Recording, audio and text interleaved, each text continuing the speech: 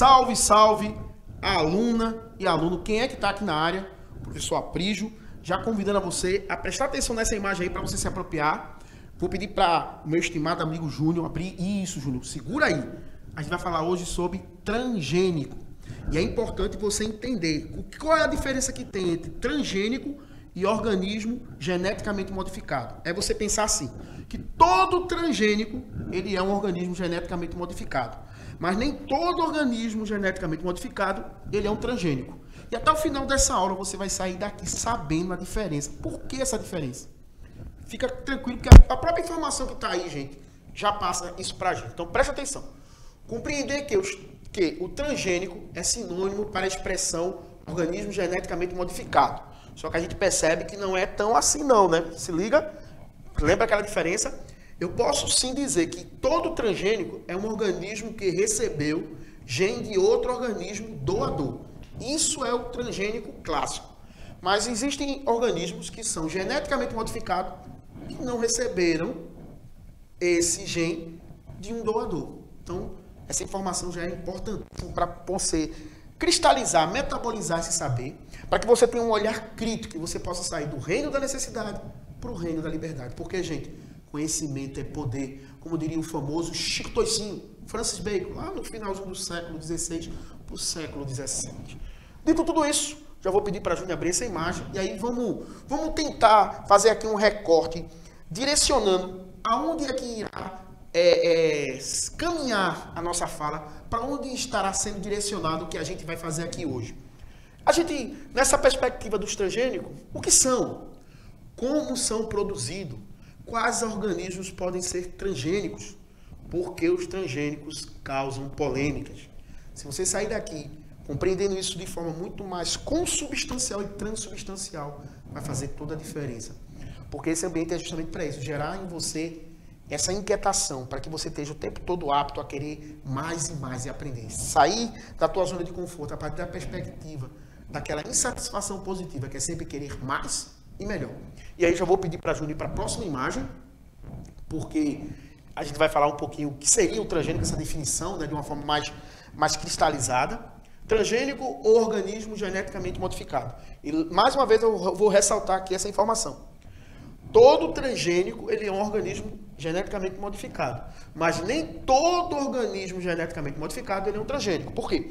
Para ser considerado transgênico, ele tem que receber esse gene, esse pedaço do DNA que expressa uma característica, que expressa uma proteína de um outro organismo, tá? Seja de origem animal, seja de uma origem vegetal. Então é bom a gente guardar essas informações, tá? Seja de uma bactéria, né? Seja de um monera, seja de um outro organismo. Então, de certa forma, a gente está falando aqui de biotecnologia, a gente está falando de zoologia, a gente está falando de muitas outras áreas de taxonomia, está tudo junto e misturado.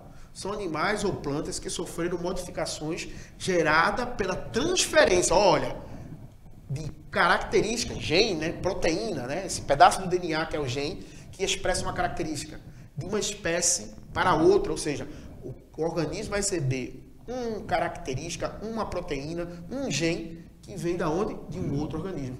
E esse gene ele vai expressar justamente uma característica, vai expressar o quê?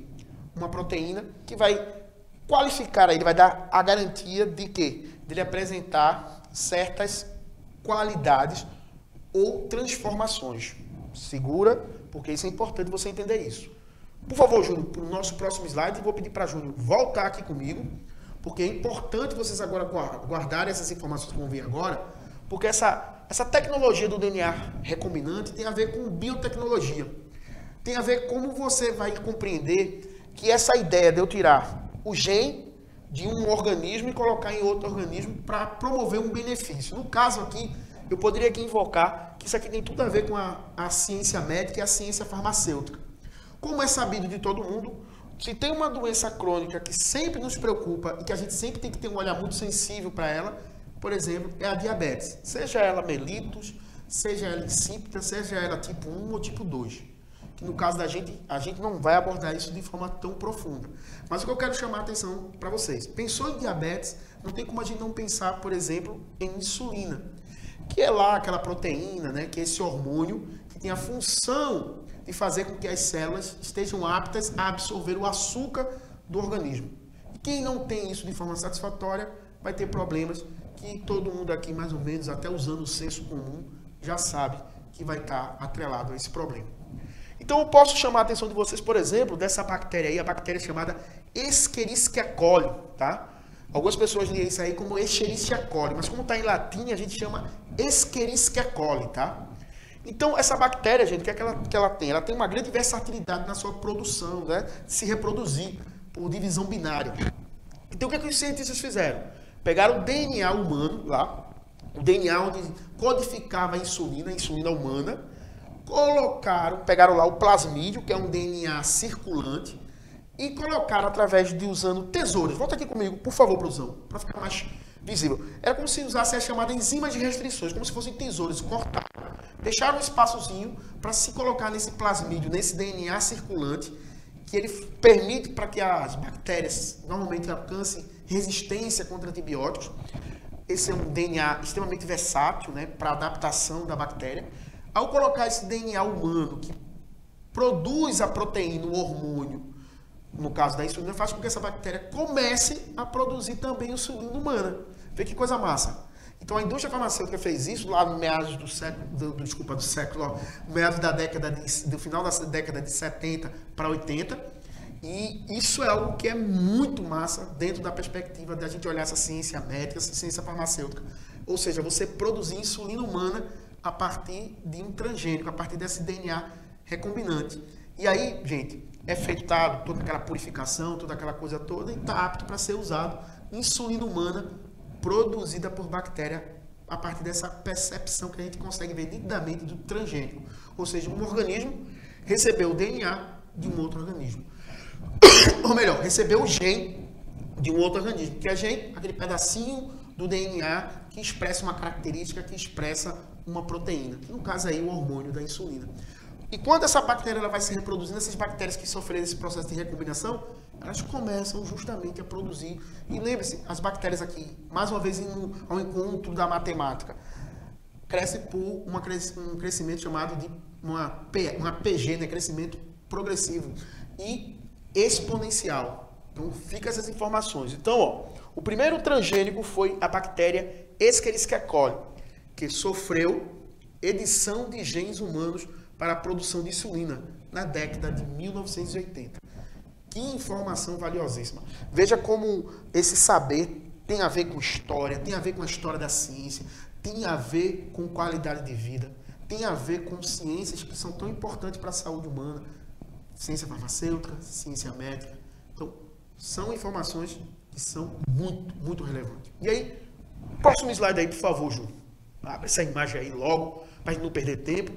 Alimentos produzidos com ingredientes transgênicos. Você vai ficar assim, tudo isso é prígio. Tudo isso sim, mostrei no meu coração. Ó, óleo de cozinha, farinha de milho, fubá, margarina. Tô aqui pulando, viu, gente, para ser mais rápido. Iogurte, queijo, biscoito. Talvez muitos de vocês nem sabiam disso. Macarrão. Volta aqui comigo. Talvez muitos de vocês não sabiam disso. Existe uma legislação, gente, muito específica com relação à rotulação de embalagens, nas embalagens, para justamente indicar para a pessoa, quando consumir esses produtos, saber que tem lá, possivelmente, o uso de transgênicos. É uma legislação que deve ser muito rigorosa. Claro que no Brasil ainda há muitas falhas que precisam ser muito mais fiscalizadas. Mas já fica essa dica. Quando tu comprar um produto, dá uma olhadinha lá. Talvez esteja lá sinalizando se tem nele transgênicos, né? Então, fica essa dica até para que você saia justamente desse reino da necessidade para o reino da liberdade. E aí, já vou pedir para a produção ir para o nosso próximo slide, para a gente justamente ganhar tempo. E aí, baseado na temática do que a gente já falou, os desafios, né, dos transgênicos. Porque quando eu penso aqui, gente, preste atenção aqui, ó, plantações geneticamente modificadas no Brasil. Todo mundo sabe que o problema da alimentação para atender a necessidade mundial salta aos nossos olhos, é clara. Ninguém aqui duvida que precisamos de alimentos para sustentar essa população de quase 8 bilhões de habitantes no mundo. A gente sabe que o problema da fome, que o problema da segurança nutricional é patente, é sabido de todos. Então, os transgênicos, com certeza, é uma possibilidade de ter alimentos de ter produções de monocultura e de várias culturas de uma forma muito mais do que resistente a possíveis pragas, resistente até a agentes químicos como os agrotóxicos. Mas, claro, que tem que se ter muitos estudos, claro que tem que ter muita transparência no que está sendo feito. Porque se a população não se sente confortável para consumir esses produtos, vai se causar o quê? Um desafio que está muito atrelado à ideia do preconceito. E quando há o preconceito, caminha para você ter uma olhada de discriminação com relação à qualidade desses produtos. E hoje a gente sabe que dentro da perspectiva da ciência, há um controle muito rigoroso com relação a esses produtos. Até porque isso não surgiu ontem, não surgiu há alguns dias. Isso é um estudo que já tem the long time ago. Muito, mas muito tempo mesmo. E aí, só para vocês terem uma ideia de números, mais uma vez entrando na seara da matemática, a soja, 32,7 milhões de hectares, né? Só para vocês terem, isso são levantamentos de 2016 e 2017, tá? Para ficar bem claro aí o recorte. Milho, no verão e no inverno, no verão, 5,3 milhões de hectares, 10,4 milhões de hectares. O algodão, 0,76 milhões de hectares. Isso, só para vocês terem em termos de corresponde o quê? Se você pegar aí, 96,5%, quando eu falo da soja, quando eu falo já do milho, tanto no verão quanto no inverno, passa aí dos 80%, e quando eu penso no algodão, 78%. Então, são números que vocês percebem nitidamente como os transgênicos impactam a nossa história, como os transgênicos impactam a nossa vida. E mais uma vez, entra questões aí, gente, que tem a ver com economia, tem a ver com sociedade, tem a ver com políticas públicas, tem a ver com legislação e esclarecimento para as pessoas entenderem o que elas estão consumindo. As pessoas têm que ter consciência disso. Isso só se faz com educação. Isso só se faz com o quê? Conhecimento. Então, não abre mão disso aqui.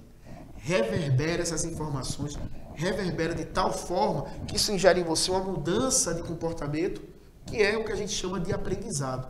Mas esse aprendizado que seja significativo, que mude a tua história e a história de quem você ama. Por favor, produção, vamos para o nosso próximo slide. E a gente vai para aquele momento fofo, né? Você precisa saber. E aí você pode estar se perguntando, Aprígio, o que é que eu preciso saber? Saber disso aí, ó. O CRISPR-Cas9, ou o CRISPR-X, que é nada mais nada menos, gente, do que o uso de enzimas de restrições, que são tesouras biológicas, tesouras enzimáticas e colas enzimáticas que têm o papel de fazer uma edição do material genético. Isso mesmo que você ouviu. Imagina você fazendo uma edição de um vídeo, onde você tira aquilo que não te interessa, aquilo que você não deseja, ou colocando alguma coisa que deseja naquela imagem, naquele filme. É mais ou menos esse o princípio. A alegoria é essa mesma, a analogia é essa mesma. E para que fazer isso? Para justamente, ó, tratamento de doença, melhoramento de plantas e muito mais. É um assunto, gente, que eu te convido, como tarefinha de casa. Procura saber mais um pouquinho sobre o CRISPR-Cas9 ou CRISPR-Cas9. Não tenha dúvida. E só para vocês terem ideia, foram duas mulheres que fizeram isso, e outros pesquisadores, lá em 2012, tá? E elas ganharam, acho que há 2 anos atrás, acho que foi 2 anos atrás, ganharam o Prêmio Nobel de Medicina por causa desse estudo. Então, só para vocês terem ideia, a envergadura, a importância desse conhecimento. Então, mais uma vez, eu não encontro lá de Chico Toicinho, Francis Bacon. Conhecimento é poder. Júlio, por favor, nossa próxima slide aí, que é nas nossas referências, abre isso aí. Abre a próxima imagem e volta aqui comigo, por favor. Vou pedir já para abrir a próxima imagem, que é aquele momento que a gente faz aquela despedida fofinha, cuticute, neguinha. Claro, agradecendo ao meu amigo Júnior e a produção, porque são pessoas que com certeza contribuem muito, porque todo o gasto de energia que a gente está fazendo aqui, também com relação à professora Danúbia, que é outra gigante, como eu sempre gosto de dizer, toda essa mobilização de energia, a gente tem um propósito, que é você, aluna e aluno. Nada disso aqui, gente, condição sine qua non para isso aqui existir, é você. Dito tudo isso, abre essa imagem aí, por favor, Júnior. Fui!